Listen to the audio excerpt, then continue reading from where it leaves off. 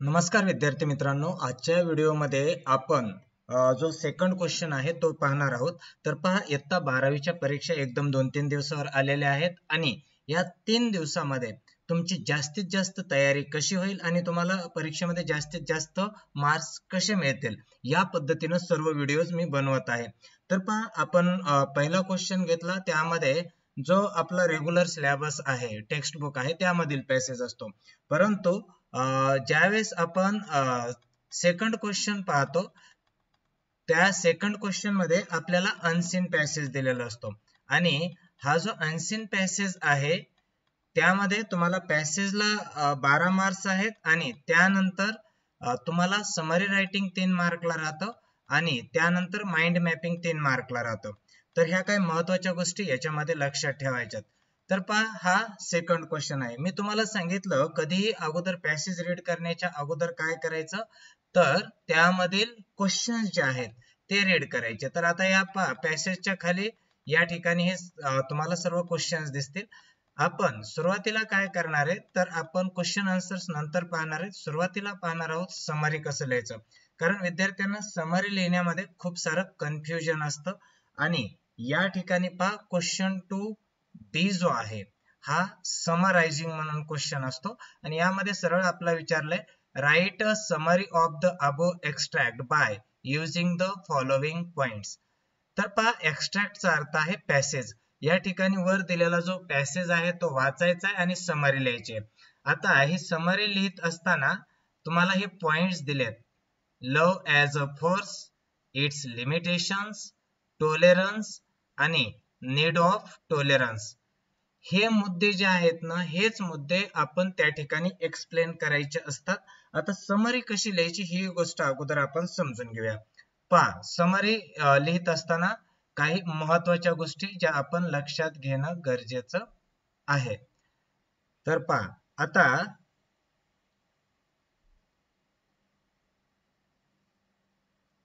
या ठिकाणी question 2B लिहिताल तुम्ही।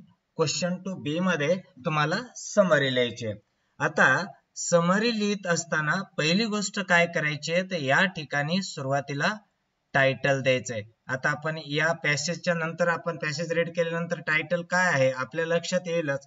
सुरुवातीला काय करायचंय, टायटल द्यायचंय। आता टायटल दिल्यानंतर समरी 1/3 लिहायची असते, ही गोष्ट लक्षात ठेवा। मग समरी लिहायची आहे तर काय करायचं, पहिला पॉइंट लक्षात ठेवायचा, read the passage carefully.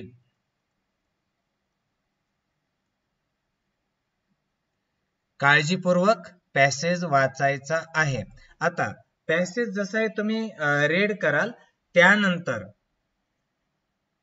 Read the given points, जे पॉइंट्स दिलेले आहेत ते रीड करा। या ठिकाणी हे पॉइंट्स दिलेले आहेत, हे पॉइंट्स व्यवस्थित रीड करायचे।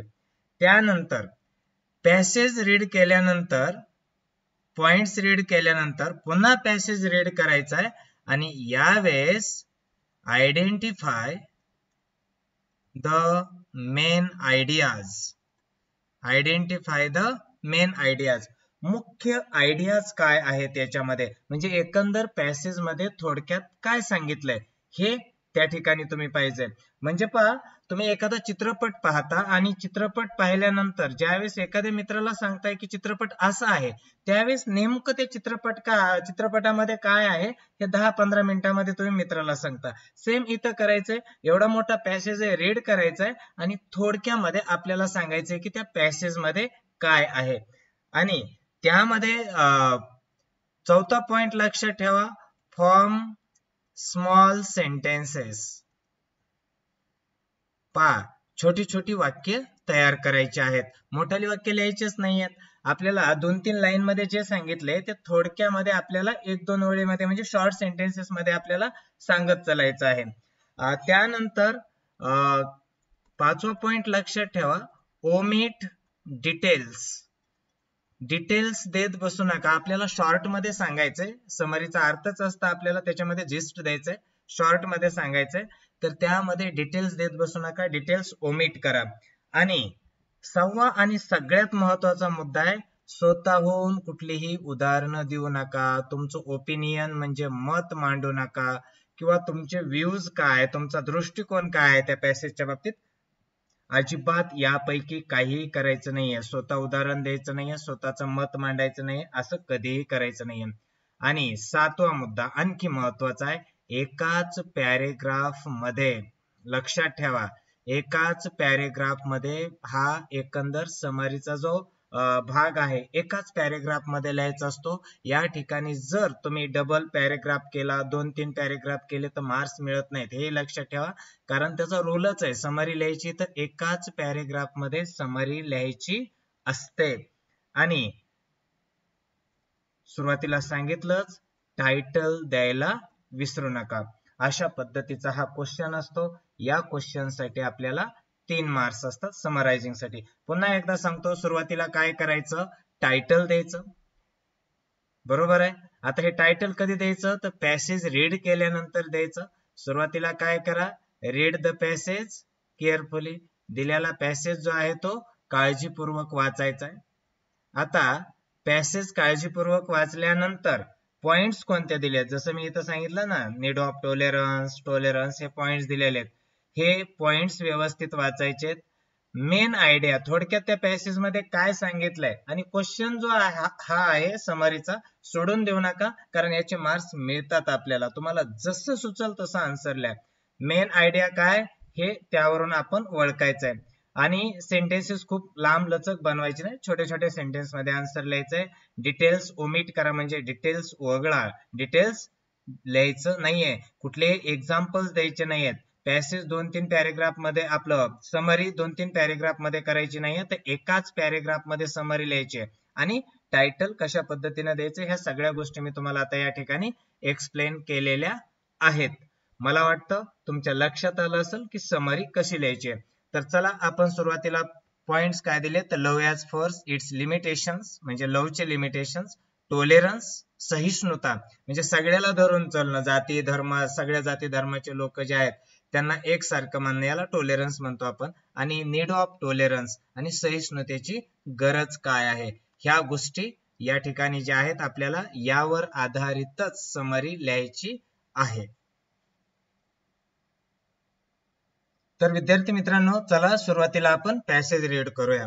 तर पहा, पॅसेज मध्ये काय सांगितलंय की love is a great force in private life.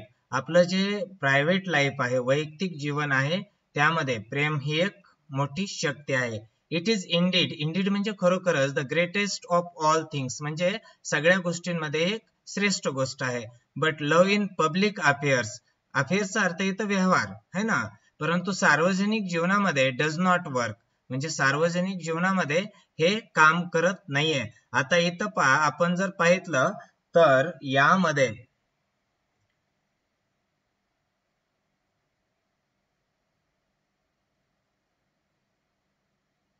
Summary मध्ये इट्स लिमिटेशन्स, मर्यादा काय आहेत म्हणून विचारलं होतं लवच्या, है ना. तर तुम्हाला लक्षात येईल की त्याच्या मर्यादा काय आहेत.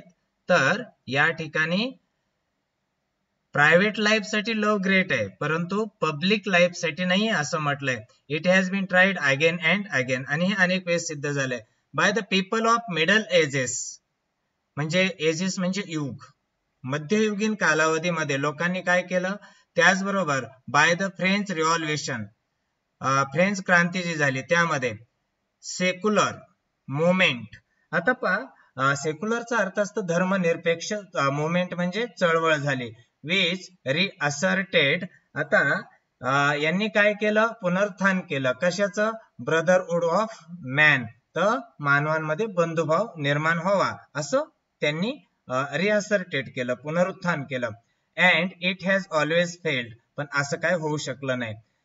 The idea that nation should love one another, तर राष्ट्रांनी म्हणजे ह्या देशानं त्या देशावर प्रेम करावं.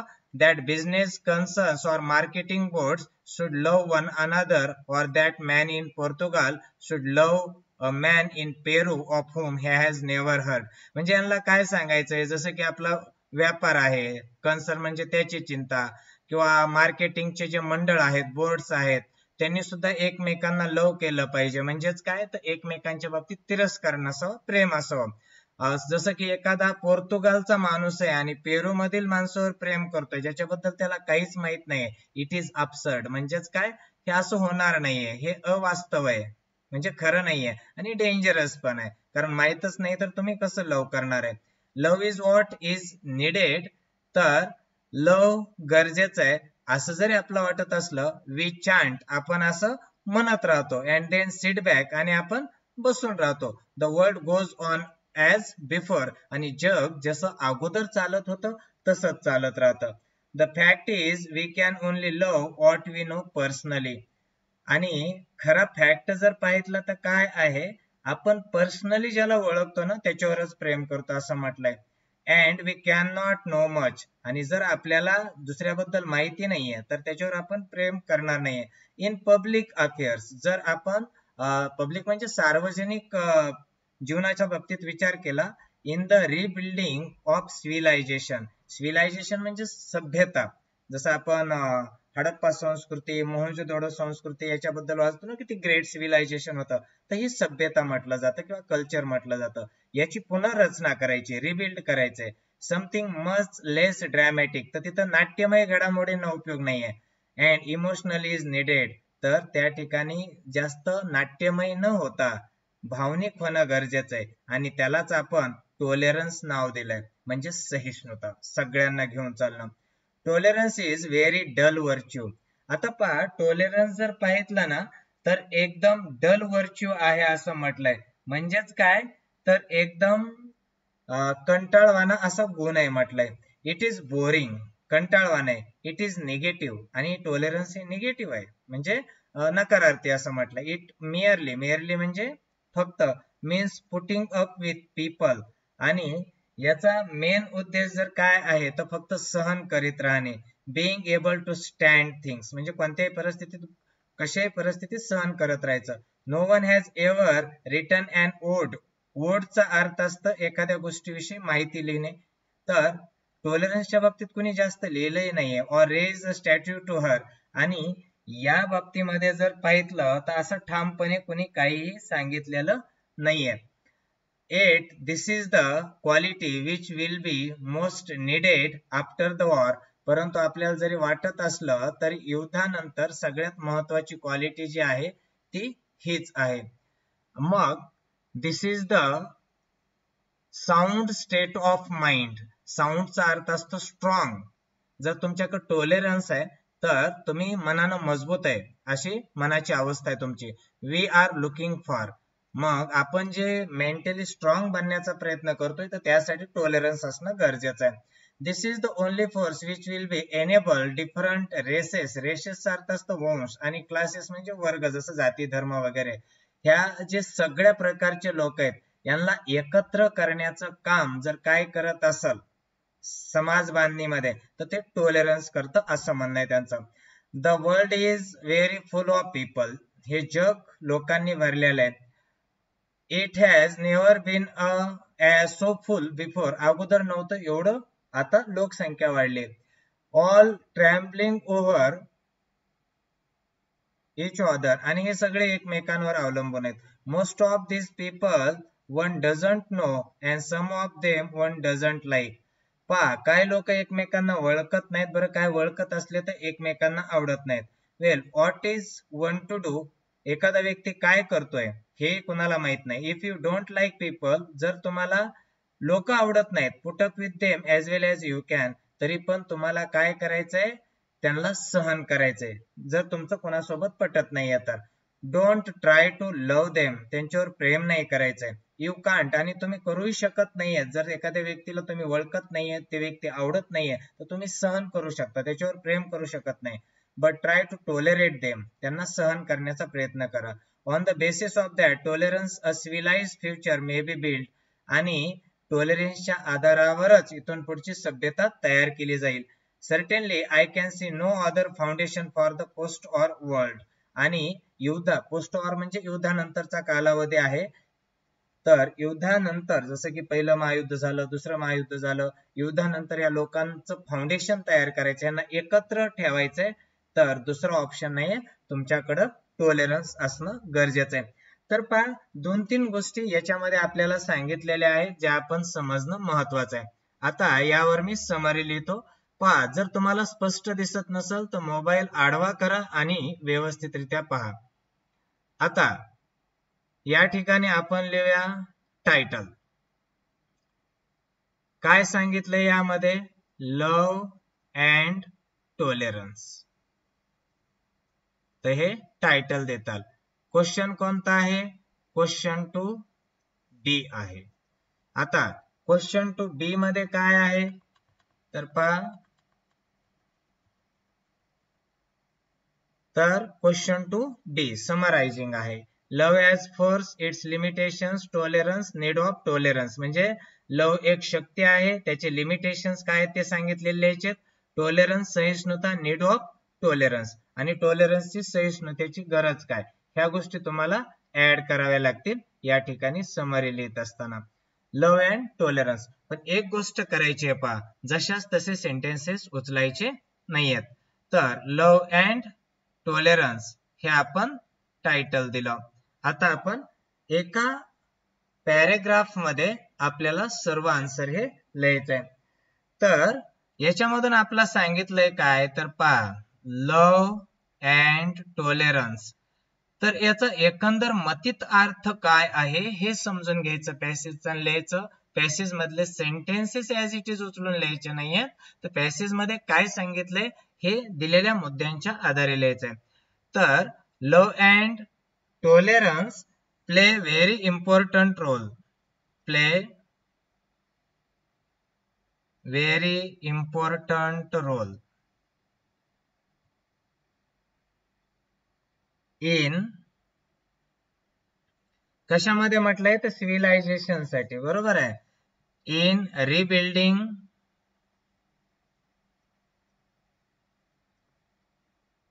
सिव्हिलायझेशन्स.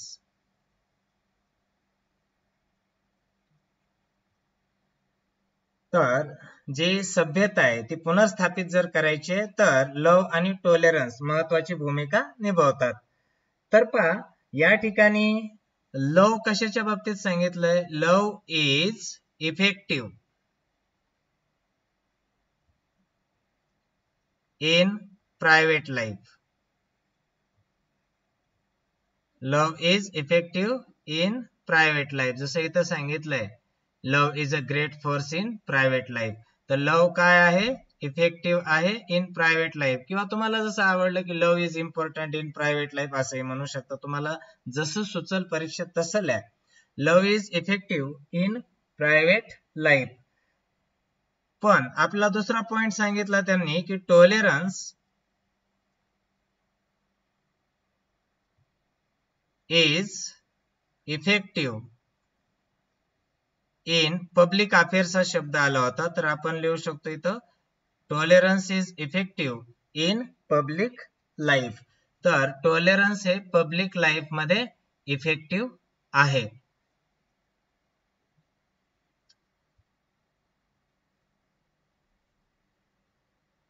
टॉलरन्स हे पब्लिक लाईफ मध्ये इफेक्टिव्ह आहे. पहा तुम्हाला जर दिसत नसेल तर मोबाईल आडवा करून पाहण्याचा प्रयत्न करा, कारण मी हे लॅपटॉपवर व्हिडिओज बनवत आहे आणि त्यामुळं तुम्हाला त्या ठिकाणी मोबाईलच्या स्क्रीनवर स्मॉल साईज मध्ये दिसेल. तर मोबाईल आडवा करा, तुम्हाला व्यवस्थित दिसेल. तर पहा love is effective in private life, तर tolerance is effective in public life. आता या ठिकाणी जर आपण पाहितलं तर काय मुद्दे आहेत पहा, ज्यामध्ये सांगितलंय निगेटिव्ह आहे. मग जे निगेटिव्ह पॉइंट्स आहेत ते आपल्याला लिहावे लागतील. But love in public affairs does not work. म्हणजेच काय, सार्वजनिक जीवनात लवचा उपयोग नाहीये, तर प्रायव्हेट जीवनामध्ये उपयोग आहे असं म्हटलंय. तर तो मुद्दा आपण लिमिटेशन्स मध्ये ऍड करायचा आहे, जसं आपल्याला दिलेला आहे त्या पद्धतीनं. Love is not effective in public life. In public life. तर आपण पाहितलं लव ॲज फोर्स, ठीक आहे, त्याचे लिमिटेशन सांगितलं, म्हणजे पब्लिक लाईफ मध्ये लव महत्वाचं नाहीये. टॉलरन्स काय हे पाहितलं. आता नीड ऑफ टॉलरन्स हे आपल्याला या ठिकाणी लिहावं लागेल. तर टॉलरन्सची आवश्यकता काय आहे हे यामध्ये आपल्याला ऍड करायचं आहे. Love is not effective in public life. पहा, गरज काय म्हणून आपला विचारलंय, तर आपण म्हणू शकतो वी नीड टॉलरन्स. आपल्याला टॉलरन्सची गरज आहे. का गरज आहे? बिकॉज ऑफ इट, म्हणजे यामुळे वी एक्सेप्ट, आपण स्वीकारतो, रेसेस अँड क्लासेस, म्हणजे वेगवेगळे वंश, वेगवेगळ्या जाती यांना स्वीकारण्याचं काम त्यामुळे आपण करतो. तर या पद्धतीनं आपण समरी लिहायची आहे. तर पहा, मी शॉर्ट मध्ये या ठिकाणी लिहिलेलं आहे. तर परीक्षेमध्ये तुम्ही व्यवस्थितरित्या लिहायचं आहे. तुम्हाला जे काय पॉइंट्स आठवतील त्या पद्धतीनं तुम्ही त्या ठिकाणी लिहित चला. स्वतः कुठले एक्झाम्पल्स देऊ नका. जे काय पॅसेज मध्ये आहे तेच. पहा, लव्ह अँड टॉलरन्स हे आपण काय केलं, हेडिंग दिली. तर एकंदर पॅसेज मध्ये काय सांगितलंय, तर love and tolerance play very important role in rebuilding civilisation. Love is effective in private life. Okay. Tolerance is effective in public life, त्याला पब्लिक अफेअर्स हा शब्द आलाय.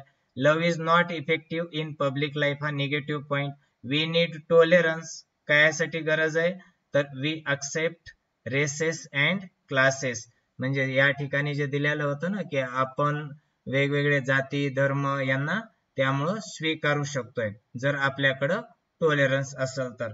तर या पद्धतीनं आपण छानपैकी प्रॅक्टिस करत राहा. तुमचे काय क्वेश्चन्स असतील तर ते मला विचारू शकताय. तर विद्यार्थी मित्रांनो, पुढील व्हिडिओमध्ये आपण माइंड मॅपिंग आणि हा पॅसेज सॉल्व्ह करणार आहेत. 2 दिवसामध्ये मी संपूर्ण पेपर कसा सॉल्व्ह करायचा हे डिटेलमध्ये मी तुम्हाला सांगणार आहे. धन्यवाद विद्यार्थी मित्रांनो.